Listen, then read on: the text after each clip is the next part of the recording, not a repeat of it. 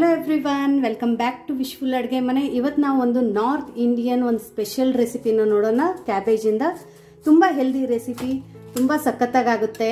So ಇಲ್ಲಿ ಇವಾಗ ನಾವು ಒಂದು ಕ್ಯಾಬೇಜ್ ಅನ್ನ ತಗೊಂಡ್ಬಿಟ್ಟು ಕ್ಯಾಬೇಜ್ ಹಿಂದಿನ ಭಾಗನ ಕಟ್ ಮಾಡ್ಕೊಂಡಿರೋದು.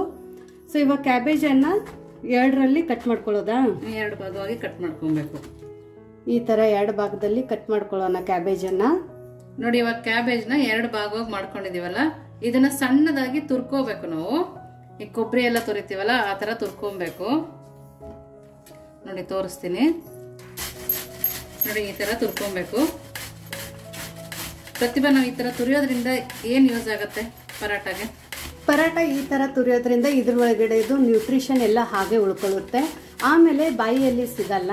ನೀವು ಅಕಸ್ಮಾತ್ ಮಿಕ್ಸಿಯಲ್ಲಿ ಹಾಕಿದ್ರೆ ಕ್ಯಾಬೇಜ್ ವಾಸನೆ ನಮ್ದು ಗೋಧಿ ಹಿಟ್ಟಲ್ಲಿ ಮಿಕ್ಸ್ ಆದಾಗ ಮಕ್ಕಳು ತಿನ್ನೋ ಚಾನ್ಸಸ್ ಕಡಿಮೆ ಆಗುತ್ತೆ.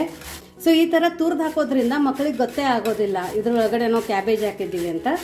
ಮತ್ತೆ ಸಣ್ಣದಾಗಿ ಕಟ್ ಮಾಡಿ ಹಾಕಿದ್ರೆ ಅದು ದಪ್ಪ ದಪ್ಪ ಅಂತ ಬರುತ್ತೆ, ಅರಿಯೋಕ್ ಕಷ್ಟ ಆಗುತ್ತೆ. ಮಿಕ್ಸಿಗೆ ಹಾಕಿದ್ರೆ ಸ್ವಲ್ಪ ನೀರು ಬಿಡುತ್ತೆ ಅನ್ಸುತ್ತೆ. ಹಾ, ನೀರು ಬಿಡುತ್ತೆ. ನೋಡಿ ಎಲ್ಲದನ್ನು ತುರ್ಕೊಂಡ್ ಬಂದಿದ್ದೀನಿ. ನೋಡಿ ಈ ತರ ಇರುತ್ತೆ. ನಿಮಗೆ ಒಂದು ಕ್ಯಾಬೇಜ್ ಬೇಕಾಗಲ್ಲ ಅಂದ್ರೆ ಅರ್ಧ ಬೇಕಾದ್ರೂ ತಗೊಬಹುದು. ನೋಡಿ, ಈ ಬೌಲಿಂದ 2 ಬೌಲ್ ಆಗುವಷ್ಟು ಗೋಧಿ ಹಿಟ್ಟನ್ನ ತಗೊಂಡಿದ್ದೀನಿ ನಾನು. ನೋಡ್ತಾ ಇದೀರಲ್ಲ, ಈ ಬೌಲಿಂದ 2 ಬೌಲ್ ಆಗುವಷ್ಟು ಇದೆ. ನೋಡಿ, ಇವಾಗ ಇದೇ ಗೋಧಿ ಹಿಟ್ಟು ಒಳಗಡೆನೆ ನಾನು ಕೋಸ್ ತುರಿದ್ನಲ್ಲ, ಅದನ್ನ ಹಾಕೊಳ್ತಾ ಇದ್ದೀನಿ. ಪ್ರತಿಭಾ, ನಾವ್ ಇದನ್ನ ಸ್ಟಫಿಂಗ್ ಮಾಡ್ಕೊಳಂಗಿಲ್ವಾ? ಸ್ಟಫಿಂಗ್ ಏನು ಮಾಡ್ಕೊಳ್ಳೋಂಗಿಲ್ಲ. ನೀವು ಇದೇ ಥರ ಡೈರೆಕ್ಟಾಗಿ ಕಲಿಸಿ, ನಾರ್ಮಲ್ ನೀವು ಚಪಾತಿ ಎಲ್ಲ ಮಾಡ್ತಿರಲ್ಲ ಆ ಥರ ಇದನ್ನ ನೀವು ಲಟ್ಟಿಸ್ಬೋದು. ಲಟ್ಸೋಕ್ಕೂ ಈಸಿ, ತಿನ್ನೋಕ್ಕೂ ಈಸಿ. ಇವಾಗ ನೆಕ್ಸ್ಟ್ ಇಂಗ್ರೀಡಿಯೆಂಟ್ಸ್ ಏನು ಹಾಕ್ತಾ ಇರೋದು ಅದರಲ್ಲಿ? ಕೊತ್ತಂಬರಿ ಸೊಪ್ಪು, ಕಸೂರಿ ಮೆಥಿ 1 ಸ್ಪೂನ್ ಹಾಕೊಳ್ತಾ ಇದ್ದೀನಿ. ಎಳ್ಳು 1 ಸ್ಪೂನ್ 2 ಸ್ಪೂನ್ ಹಾಕೊಳ್ತಾ ಇದ್ದೀನಿ. ಎಳ್ಳು 2 ಸ್ಪೂನ್ ಇದೆ, 2 ರಿಂದ 3 ಸ್ಪೂನು. ನೀವು ಎಳ್ಳು ಜಾಸ್ತಿ ಹಾಕೊಳ್ಳೋದ್ರಿಂದ ಅದು ಕ್ರಂಚಿನೆಸ್ ಸಿಗುತ್ತಲ್ಲ, ತುಂಬಾ ಚೆನ್ನಾಗಿ ಫ್ಲೇವರ್ ಕೊಡುತ್ತೆ. ಇದನ್ನ ಕಡಲೆ ಹಿಟ್ಟನ್ನು ಹಾಕೊಳ್ತಾ ಇದೀನಿ. 1 ಬೌಲ್ ಆಗೋಷ್ಟು ಕಡಲೆ ಹಿಟ್ಟು ಹಾಕೊಳ್ತಾ ಇದೀನಿ. ನೋಡಿ, ಇದು ಅಜ್ವೈನ್ 1 ಅರ್ಧ ಸ್ಪೂನ್ ಆಗೋಷ್ಟು ಇದೆ.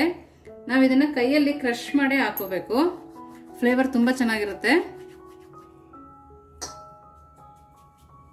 ಗರಂ ಮಸಾಲ 1 ಸ್ಪೂನ್ ಹಾಕೊಳ್ತಾ ಇದೀನಿ. ಧನಿಯಾ ಪೌಡರ್ ಕೂಡ 1 ಸ್ಪೂನ್ ಹಾಕೊಳ್ತಾ ಇದೀನಿ. ನೋಡಿ, ಜೀರಿಗೆ ಕೂಡ 1 ಸ್ಪೂನ್ ಹಾಕೊಳ್ತಾ ಇದೀನಿ. ಖಾರದ ಪುಡಿ 1 ಸ್ಪೂನ್ ಆಗೋಷ್ಟಿದೆ. ನಿಮ್ಗೆ ಖಾರ ಜಾಸ್ತಿ ಬೇಕಾದ್ರೆ ಇನ್ನೊಂದು ಅರ್ಧ ಹಾಕೋಬಹುದು. ಅರಿಶಿನ ಪುಡಿ ಕೂಡ 1 ಸ್ಪೂನ್ ಹಾಕೊಳ್ತಾ ಇದೀನಿ. ಸೊ ಇಲ್ಲಿ ಇವಾಗ ನಾವು ಅರ್ಧ ಬಟ್ಲಷ್ಟು ಮೊಸರನ್ನ ಹಾಕೊಳ್ಳೋಣ. ಮೊಸರು ಹಾಕೊಳ್ಳೋದ್ರಿಂದ ತುಂಬಾ ಸಾಫ್ಟ್ ಆಗಿ ಬರುತ್ತೆ ಪರಾಟನ, ತುಂಬಾ ಸಾಫ್ಟ್ ಆಗಿ ಬರುತ್ತೆ. ಸೊ ಇದೆಲ್ಲಾನು ಇವಾಗ ಕಲಸೋದು. ರುಚಿಗೆ ತಕ್ಕಷ್ಟು ಉಪ್ಪು ಹಾಕ್ಬಿಟ್ಟು ಕಲಸೋಣ. ನೋಡಿ, ಇಷ್ಟು ಉಪ್ಪು ಹಾಕೊಳ್ತಾ ಇದೀನಿ. ಇದೆಲ್ಲ ಫಸ್ಟ್ ಕೈಯಿಂದ ಮಿಕ್ಸ್ ಮಾಡ್ಕೊಳ್ಳೋಣ. ಗೋಧಿ ಹಿಟ್ಟಿಗೆ ಮಿಕ್ಸ್ ಆಗೋ ತರ ಮಿಕ್ಸ್ ಮಾಡ್ಕೊಬೇಕಾ? ಈಗ ಡೈರೆಕ್ಟ್ ಆಗಿ ನೀವು ಸ್ಟಾರ್ಟಿಂಗ್ ಅಲ್ಲಿ ನೀರ್ ಹಾಕೋಕ್ ಹೋಗ್ಬೇಡಿ, ಯಾಕಂದ್ರೆ ಕ್ಯಾಬೇಜ್ ಅಲ್ಲಿ ನೀರ್ ಇರುತ್ತೆ. ಆಮೇಲೆ ಮೊಸರು ಹಾಕಿದ್ದೀವಿ. ಸೊ ಕ್ಯಾಬೇಜ್ ಇಂದನೂ ನೀರು ಮತ್ತೆ ಮೊಸರಲ್ಲಿನೂ ಒಂದ್ ಸ್ವಲ್ಪ ವಾಟರ್ ಕನ್ಸಿಸ್ಟೆನ್ಸಿ ಇರೋದ್ರಿಂದ ಫಸ್ಟ್ ಇದನ್ನ ಮಿಕ್ಸ್ ಮಾಡ್ಕೊಂಡು ಆಮೇಲೆ ನೀವು ನಾರ್ಮಲ್ ಆಗಿ ಗೋಧಿ ಹಿಟ್ಟು ಕಲಿಸ್ತಿರಲ್ಲ ಅದೇ ಅದಕ್ಕೆ ಇದನ್ನ ಸ್ವಲ್ಪ ಸ್ವಲ್ಪ ಚಪಾತಿ ಹಿಟ್ಟು ಕಲಿಸ್ದಂಗೆ ಕಲಸೋದು. ಹೌದು, ಚಪಾತಿ ಹಿಟ್ಟಕ್ಕೆ ಹೆಂಗ್ ಕಲಿಸ್ತೀರಾ ಅದೇ ತರ ಕಲಸೋದು. ಇದು ಮಕ್ಳಿಗೆ ಬೆಳಗ್ಗೆ ಲಂಚ್ ಬಾಕ್ಸ್ ಕೂಡ ಈಸಿನೇ ಅಲ್ವಾ? ರಾತ್ರಿ ಕಲಸಿಟ್ಕೊಂಡ್ರೆ ಬೆಳಗ್ಗೆ ಮಾಡ್ಕೊಟ್ಬಿಡ್ಬೋದು. ಹೌದೌದು. ನೋಡಿ, ಇವಾಗ ಸ್ವಲ್ಪ ನೀರ್ ಹಾಕಿ ಕಲ್ಸ್ಕೊಳ್ತೀನಿ. ಸೊ ಮಕ್ಕಳು ತರಕಾರಿ ತಿನ್ನಲ್ಲ, ವೆಜಿಟೇಬಲ್ಸ್ ತಿನ್ನಲ್ಲ, ಚೂಸಿ ಆಗಿರ್ತಾರೆ. ನಾವು ಕ್ಯಾಬೇಜ್ ತಿನ್ನಲ್ಲ, ಕ್ಯಾಲಿಫ್ಲವರ್ ತಿನ್ನಲ್ಲ. ಸೊ ಆ ಟೈಮಲ್ಲಿ ನೀವು ಈ ತರ ವೆಜಿಟೇಬಲ್ಸ್ ನ ಹಾಕ್ಬಿಟ್ಟು, ಕೆಲವು ಮಕ್ಕಳು ಸ್ಟಫಿಂಗ್ ಮಾಡಿದ್ರು ಅದರಲ್ಲೂ ತೆಗ್ದಿಡ್ತಾ ಇರ್ತಾರೆ. ಹೌದು, ಒಳಗಡೆಯಿಂದನೂ ತೆಗಿತಾರೆ. ಆದ್ರೆ ಸ್ಟಫಿಂಗ್ ಅಲ್ಲಿ ಲಟ್ಸಕ್ ಸ್ವಲ್ಪ ಕಷ್ಟ ಆಗುತ್ತೆ. ಇದು ಲಟ್ಸಕ್ ಕೂಡ ತುಂಬಾ ಈಸಿ, ತುಂಬಾ ಈಸಿ. ಸೊ ಇದೇ ತರ ಇದನ್ನ ಇವಾಗ ಚಪಾತಿ ಹದಕ್ಕೆ ಕಲ್ಸ್ಕೊಳ್ಳೋಣ. ಸ್ವಲ್ಪ ಸ್ವಲ್ಪ ನೀರ್ ಹಾಕೊಂಡು ಕಲಿಸ್ಕೊಳ್ಳಿ. ನೋಡಿ, ಇವಾಗ ಇಷ್ಟು ನಾದ್ಕೊಂಡಿದೀನಿ. 2 ಸ್ಪೂನ್ ಆಗೋಷ್ಟು ಎಣ್ಣೆನ ಸೇರಿಸ್ಕೊಳ್ತಾ ಇದೀನಿ.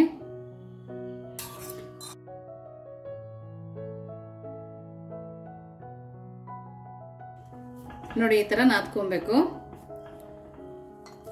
ನೋಡಿ, ಇವಾಗ ಸಣ್ಣ ಸಣ್ಣ ಉಂಡೆಗಳನ್ನಾಗಿ ಮಾಡ್ಕೊಳ್ತೀನಿ ನಾನು. ನೋಡಿ, ಈ ತರ ಒಂದು ಉಂಡೆಗಳನ್ನಾಗಿ ಮಾಡ್ಕೊಳ್ತೀನಿ. ನಾನು ಎಲ್ಲಾವುದು ಅದೇ ತರ ಮಾಡಿ ಲಟ್ಟಿಸ್ಕೊಳ್ತೀನಿ. ಸ್ವಲ್ಪ ಗೋಧಿ ಹಿಟ್ಟನ್ನ ತಗೊಂಡಿದ್ದೀನಿ ಒಂದು ಬೌಲ್ ಅಲ್ಲಿ.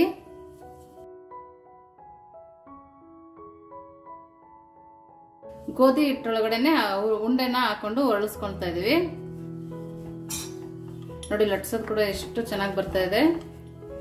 ಸೊ ಇಲ್ಲಿ ನಾವು ಪರಾಟ ಅಂದ್ರೆ ಒಂದು ಉಂಡೆ ಮಾಡ್ಕೊಂಡು ಲಟ್ಟಿಸ್ತೀವಿ. ಹಂಗ್ ಲಟ್ಸೋದ್ ಬೇಡ.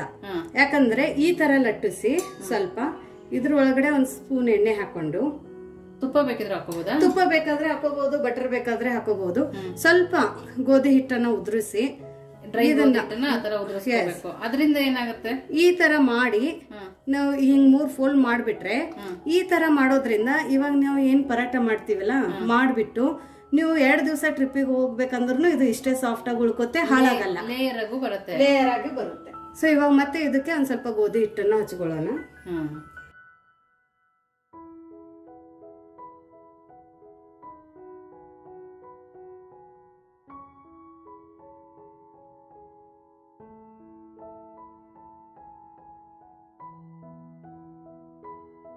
ಸೊ ನೋಡಿ, ಇಲ್ಲಿ ತವೆ ಬಿಸಿ ಮಾಡೋಕೆ ಇಟ್ಕೊಂಡಿರೋದು.